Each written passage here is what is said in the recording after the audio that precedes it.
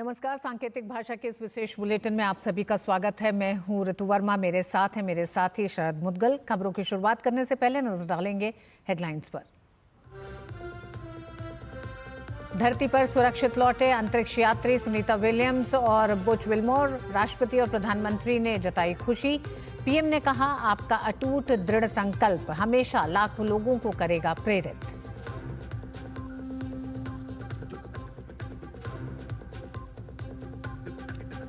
केंद्रीय कैबिनेट की बैठक में बड़े फैसले। इंसेंटिव यूपीआई योजना के विस्तार को मंजूरी।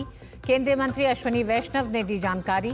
असम में अमोनिया यूरिया कॉम्प्लेक्स के लिए 10,000 करोड़ रुपए की मंजूरी। महाराष्ट्र में 6 लेन ग्रीनफील्ड हाईवे के निर्माण को भी मंजूरी।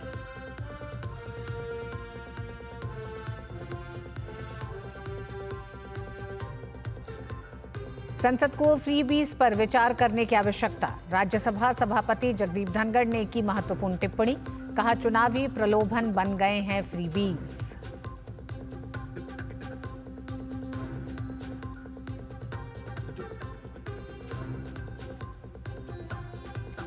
विपक्षी दलों की तुष्टीकरण की नीति को लेकर भाजपा हमलावर। लोकसभा में गूंजा कर्नाटक में मुसलमान आरक्षण का मुद्दा।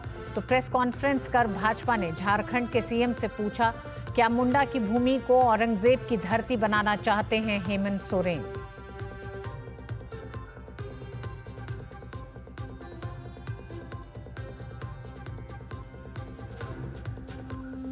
और रायसीना डायलॉग का अंतिम दिन आज। विदेश मंत्री एस जयशंकर हुए पैनल चर्चा में शामिल। कहा, डिजिटल दौर में विश्व में व्यावसायिक निर्णयों के केंद्र में राष्ट्रीय सुरक्षा की अहम भूमिका।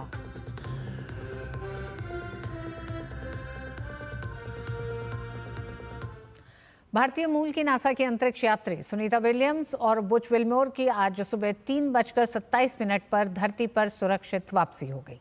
दोनों ही एस्ट्रोनॉट्स की करीब 9 महीने बाद अंतरिक्ष से वापसी हुई है। सुनीता विलियम्स और उनके सहयोगी अंतरिक्ष यात्रियों को स्पेसएक्स ड्रैगन कैप्सूल के जरिए धरती पर वापस लाया गया। आज सुबह स्पेसएक्स ड्रैगन कैप्सूल की फ्लोरिडा के तट पर सॉफ्ट स्प्लैशडाउन के साथ सफल लैंडिंग हुई, जिसके बाद उन्हें रेस्क्यू किया गया। सुनीता और बुच के साथ 2 अन्य अंतरिक्ष यात्रियों की भी वापसी हुई। आपको बता दें कि सुनीता विलियम्स 5 जून 2024 को नासा के मिशन पर निकली थी, लेकिन उनके अंतरिक्ष यान बोइंग स्टारलाइनर में खराबी की वजह से वे 9 महीने तक वहीं फंसी रहीं। सुनीता विलियम्स और बुच विल्मोर ने अपने मिशन पर अंतरिक्ष में 286 दिन बिताए। आज अंतरिक्ष यान के स्प्लैशडाउन के बाद अंतरिक्ष यात्रियों को अंतरिक्ष एजेंसी के ह्यूस्टन में जॉनसन स्पेस सेंटर में उनके क्रू क्वार्टर में कई दिनों तक स्वास्थ्य जांच के लिए भेजा गया, जहां कई दिनों तक उनका स्वास्थ्य परीक्षण होगा और उसके बाद नासा के फ्लाइट सर्जन उन्हें अपने परिवारों के पास घर जाने की मंजूरी देंगे।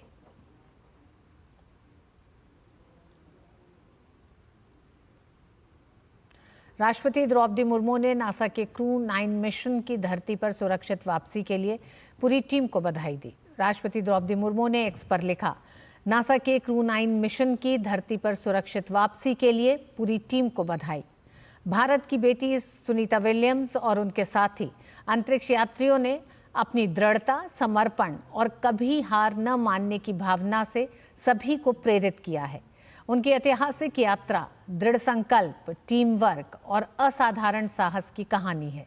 मैं उनके दृढ़ संकल्प को सलाम करती हूं और उनके अच्छे स्वास्थ्य की कामना करती हूं।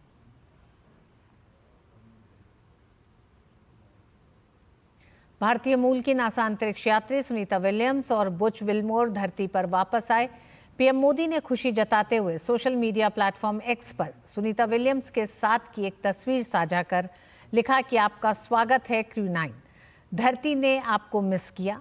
ये धैर्य, साहस और असीम मानवीय भावना की परीक्षा रही है। सुनीता विलियम्स और क्रू 9 अंतरिक्ष यात्रियों ने एक बार फिर हमें दिखाया है कि दृढ़ता का वास्तव में क्या मतलब है। विशाल अज्ञात के सामने उनका अटूट दृढ़ संकल्प हमेशा लाखों लोगों को प्रेरित करेगा।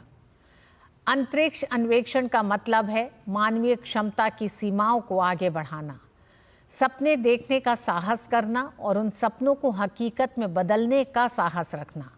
सुनीता विलियम्स एक पथ प्रदर्शक और एक आइकन के तौर पर अपने पूरे करियर में इस भावना का उदाहरण दिया है। हमें उन सभी पर बहुत गर्व है जिन्होंने उनकी सुरक्षित वापसी सुनिश्चित करने के लिए अथक परिश्रम किया। उन्होंने दिखाया है कि जब सटीकता जुनून से मिलती है और तकनीक दृढ़ता से मिलती है तो क्या होता है।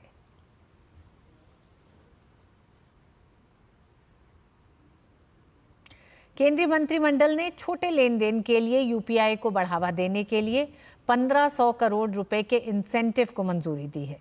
केंद्रीय मंत्री अश्विनी वैष्णव ने यह जानकारी दी। श्री नरेंद्र मोदी जी ने 2020-21 से एक स्पेशल स्कीम चलाकर एमडीआर की कॉस्ट न पड़े कस्टमर्स पे वो एक सिस्टम बनाया है। इकोसिस्टम के जो पार्टनर्स हैं उन सब की कॉस्ट को मिनिमाइज करना, फिर एफिशिएंसी मेंटेन करना, उसके लिए एक स्कीम बनाई है। और ये स्कीम आज आगामी वर्ष के लिए भी अप्रैल टू मार्च FY 25-26 के लिए भी ये स्कीम अप्रूव हुई। 1500 करोड़ रुपीस की ये स्कीम है। And as per this scheme for all transactions which are person to merchant, जो स्मॉल मर्चेंट्स के पेमेंट्स होंगे अप टू 2000 रुपीज़, उसमें कोई ट्रांजैक्शन की कॉस्ट नहीं लगेगी और उनको इंसेंटिव दिया जाएगा।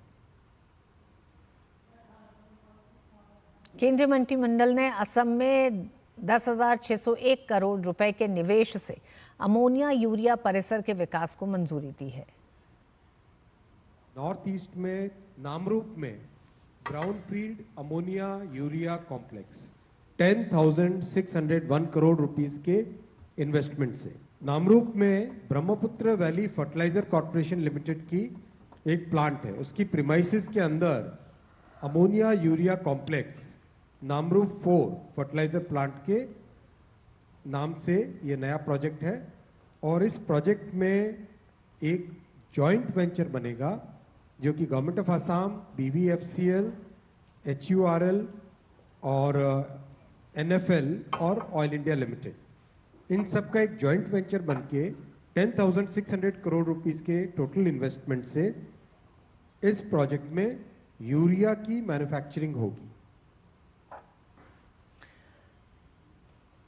केंद्रीय मंत्रिमंडल ने JNPT को जोड़ने वाली 6 लेन की राजमार्ग परियोजना को मंजूरी दी। इस पर 4,500 करोड़ रुपए खर्च होंगे।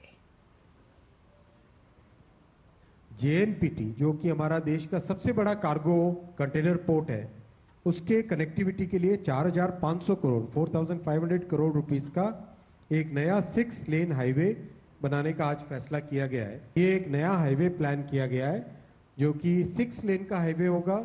बहुत अच्छा इसका स्ट्रेट अलाइनमेंट होगा, कई सारी टनल्स हैं और एक तरीके से आपके एक्सेस कंट्रोल्ड ट्रैफिक मूव हो सकेगा इस हाईवे के कारण।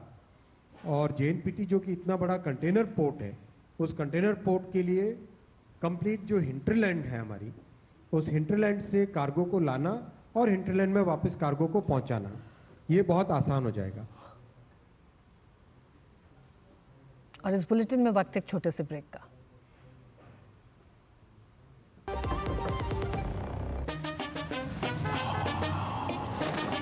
कैसे धंधा बढ़ेगा, कैसे गल्ला चलेगा, कैसे टाइकून बनेगा, ये काफी नहीं बेटा, स्कूटर है तेरा कब रॉकेट बनेगा। सिर्फ नजर बट्टू लगाने से बिजनेस बढ़ता तो हर बड़ा बिजनेस यही करता। बिजनेस बढ़ता है क्रेडिट से। अपनी दुकान में क्रेडिट ऑन UPI अपनाओ। कस्टमर्स को UPI पे क्रेडिट मिलेगा तो कस्टमर्स बढ़ेंगे और उनकी शॉपिंग भी। क्या समझे? अपने पेमेंट पार्टनर से संपर्क करें। जब धरती चीर कर निकलता है लोहे का पत्थर और मिलता है मोंगिया के जोश से, फिर तपता है, पिघलता है और बनता है फौलाद। अब होता है सरिया सारी खूबियों के साथ। मोंगिया स्टील, मजबूत देश का मजबूत सरिया। Come on boys, let's go practice. अरे रुक यार, मेरे बैंक अकाउंट में गलत एंट्री का प्रॉब्लम हो गया। अरे तो बैंक को कंप्लेन करना। बैंक को लिखे 1 महीना हो गया है, बट वो गूगली पे गूगली डाले जा रहे हैं। तो आरबीआई के लोकपाल को इन्फॉर्म करो। रुक, मैं समझाता हूँ। जैसे क्रिकेट में थर्ड अंपायर, वैसे ही आरबीआई का ओम्बुड्समैन। आरबीआई कहता है अगर बैंक आपकी कंप्लेंट को 1 महीने में नहीं सुलझाता तो आप आरबीआई के कंप्लेंट मैनेजमेंट सिस्टम पर ऑनलाइन कंप्लेंट कर सकते हैं। ये आरबीआई का आसान तरीका है आपकी कंप्लेंट सुलझाने का, फ्री। आरबीआई कहता है जानकार बनिए, सतर्क रहिए। केंद्रीय रेल मंत्री अश्विनी वैष्णव ने लोकसभा में बताया कि हर राज्य के रेलवे बजट में उल्लेखनीय वृद्धि की गई है। उन्होंने कहा कि असम और पूर्वोत्तर भारत के सभी इलाकों में बहुत विकास हुआ है।